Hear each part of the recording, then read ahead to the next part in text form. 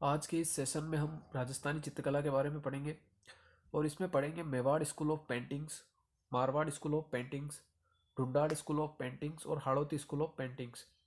जैसे Mewar school of paintings के भी कई सारे पार्ट्स हैं, जैसे उदयपुर चित्रशैली, नाथद्वारा चित्रशैली, देवगढ़ चित्रशैली, चावंड चित्रशैली। और प्रत्येक चित्रशैली के बारे में उसका आरंभ कब हुआ, उसमें स्वर्णकाल कब था और उसमें प्रधान रंग कौन से हैं, प्रधान चित्रकार, प्रधान चित्र कौन से हैं, आदि आदि सारी इम्पोर्टेंट जो भी चीज़ें हैं सबके बारे में पढ़ेंगे। मेवाड़ स्कूल ऑफ पेंटिंग्स के अंदर हम उदयपुर चित्रशैली के बारे में पढ़ेंगे, उसके बाद नाथद्वारा चित्रशैली के बारे में, फिर देवगढ़ चित्रशैली और फिर चावंड चित्रशैली के बारे में पढ़ेंगे। पहली है उदयपुर चित्रशैली। इसका आरंभ कुंभा के शासनकाल में हुआ था और जो इसका स्वर्णकाल है उदयपुर चित्रशैली का वो है जगत सिंह प्रथम का काल। जगत सिंह प्रथम का काल इसका स्वर्ण काल है और इसमें प्रधान जो रंग की बात की जाए तो वो है पीला। उदयपुर चित्रशैली राजस्थान की सबसे प्राचीन चित्रशैली है। जगत सिंह प्रथम का जो शासन काल है वो स्वर्ण काल है मेवाड़ चित्रशैली का। क्यों है? क्योंकि इसने कला महाविद्यालय की स्थापना करवाई थी, जिसे आज तस्वीरार और कारखानों भी कहते हैं, या फिर इसे कहते हैं चितेरों ओवरी। तस्वीर यानी चित्र, चित्र को चितेरो बोलते हैं मेवाड़ी भाषा में, तो चितेरोरी ओवरी।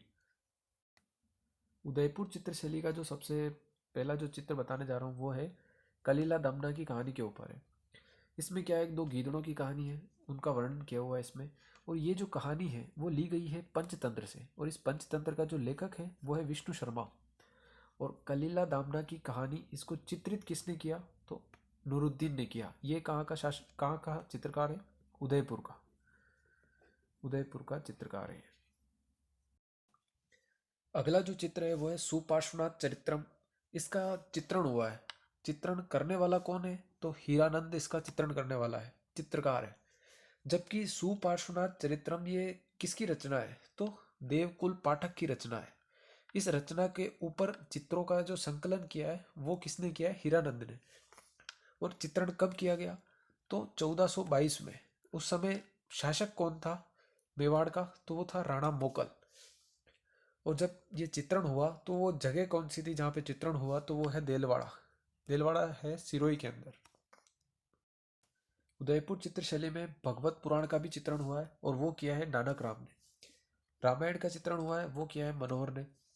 भीम सिंह, मेवाड़ के महाराणा भीम सिंह के शासनकाल में उदयपुर चित्रशैली में भित्ति चित्रण शुरू हुआ, यानी कि दीवारों के ऊपर जो चित्र बनाए जाते हैं उनकी शुरुआत भीम सिंह के शासनकाल से हुई। राजस्थान में सर्वप्रथम अजंता शैली का प्रभाव अगर किसी चित्रशैली पे दिखाई देता है तो वो है उदयपुर चित्रशैली। अब एक अन्य ग्रंथ है श्रावक प्रतिक्रमण चूर्णी। ये क्या है कि राजस्थान में मेवाड़ चित्रशैली के अंदर मेवाड़ का सबसे प्राचीन चित्रित ग्रंथ है और इसकी रचना की थी 1260 में कमलचंद ने।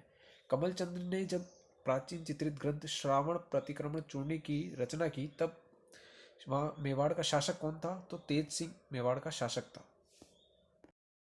उदयपुर चित्रशैली के अन्य प्रमुख चित्रों की बात की जाए तो वो है कदम के वृक्ष के चित्र, आम के वृक्ष के चित्र, राजमहल के जो दृश्य होते हैं उनके चित्र, बंदरों के चित्र, बादलों के चित्र हुए। और सबसे इम्पोर्टेंट है इनमें बारहमासा, बारहमासा का चित्र, गीत गोविंद ग्रंथ पर चित्र। ये सारे इसके अन्य इम्पोर्टेंट चित्र हैं। अगला चित्र है शुकर क्षेत्र महात्म्य। यह है साहिबुद्दीन का। इसके चित्रकार है साहिबुद्दीन, जो कि कहाँ से, किससे है? उदयपुर चित्रशैली से। यह वर्तमान में इस चित्र को सरस्वती भंडार उदयपुर में रखा गया है। और एक यहाँ पर इम्पोर्टेंट बात यह है कि साहिब राम जो चित्रकार है वो जयपुर चित्रशैली के हैं, ना कि उदयपुर के। उदयपुर के साहबुद्दीन है और यहाँ साहिब राम है। उदयपुर चित्रशैली के अन्य प्रमुख जो चित्रकार हैं, या फिर कहें सारे चित्रकार एक साथ बता देता हूँ। एक साहबुद्दीन है, मनोहर है, कौन सा हर मनोहर, एक बेराराम है, एक है कृपाराम, एक है जगन्नाथ, एक है कौन सा राम, मेवाराम, हीरानंद, नूरुद्दीन और एक है नासिरुद्दीन। नासिरुद्दीन है वो प्रताप और अमर सिंह दोनों के शासनकाल में था। इसने रागमाला की रचना करी और बारहमासा पर चित्रण किया है। रागमाला पर चित्रण और बारहमासा पर चित्रण किया है। नूरुद्दीन नामक जो चित्रकार है उसने जगत सिंह द्वितीय के जो पूरे चित्र बनाए हैं, किसके, जगत सिंह द्वितीय के चित्र बनाए हैं।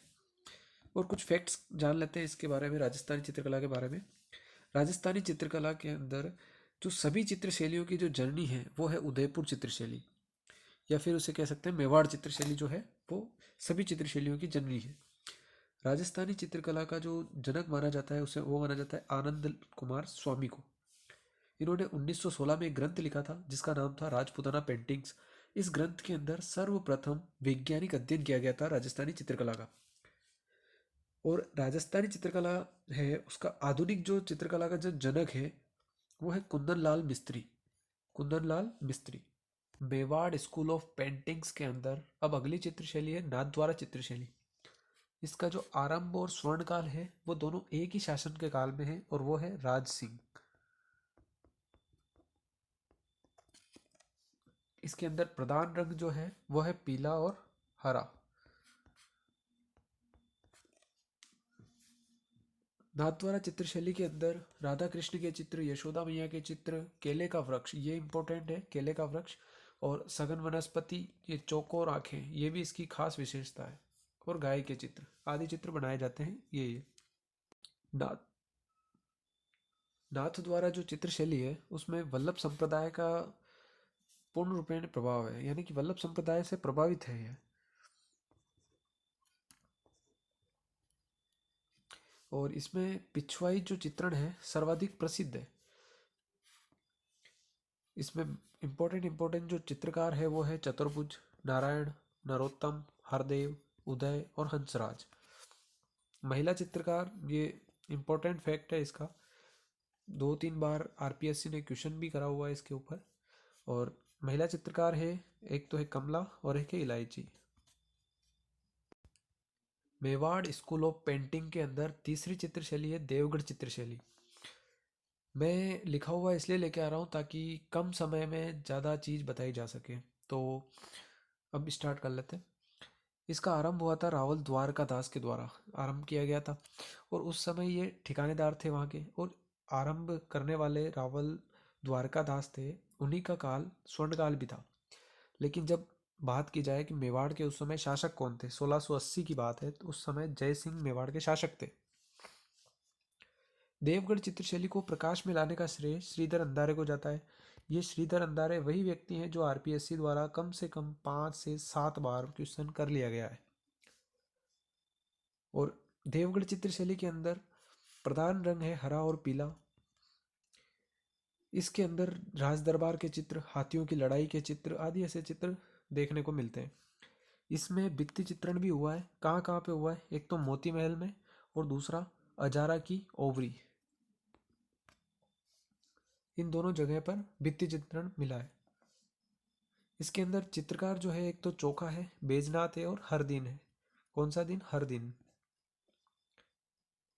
इसको कोकटेल शैली भी कहते हैं। क्यों कहते हैं इसको कोकटेल शैली, क्योंकि मेवाड़, ढूंढाड़ और मारवाड़, इन तीनों शैलियों का जो मिश्रण है इसके अंदर है, यानी कि तीनों ही शैलियों के जो गुण हैं वो इसके अंदर मिल जाते हैं, इसलिए इसको कॉकटेल शैली भी कहा गया है। अब आगे देख लेते हैं मेवाड़ स्कूल ऑफ पेंटिंग्स के अंदर चावंड चित्रशैली को। चावंड चित्रशैली का आरंभ महाराणा प्रताप के काल में हुआ था, जबकि स्वर्ण काल है जो इनके पुत्र महाराणा प्रताप के पुत्र अमर सिंह प्रथम, यानी कि अमर सिंह के काल में स्वर्ण काल है चावंड चित्रशैली का। इस समय डोला मारू का चित्रण हुआ। डोला मारू का चित्रण महाराणा प्रताप के काल में हुआ। कब हुआ, 1592 के अंदर। करने वाला कौन था, नासिरुद्दीन।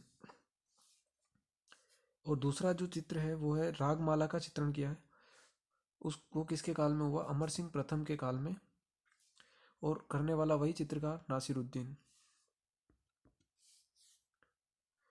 अब आगे जान लेते हैं कुछ फैक्ट्स के बारे में जो कि किसी भी जगह ऐड नहीं किया जा सकते हैं उनको।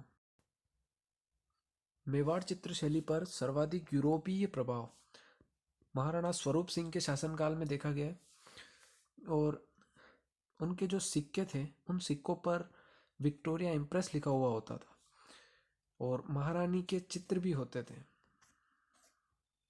तो इसलिए जाहिर सी बात है कि उसी समय मेवाड़ चित्रशैली पर यूरोपीय प्रभाव भी अधिक होगा। अगर आपको ये वीडियो अच्छा लगा है तो सब्सक्राइब कीजिए और बेल आइकन पर क्लिक करना ना भूलें। Thank you for watching.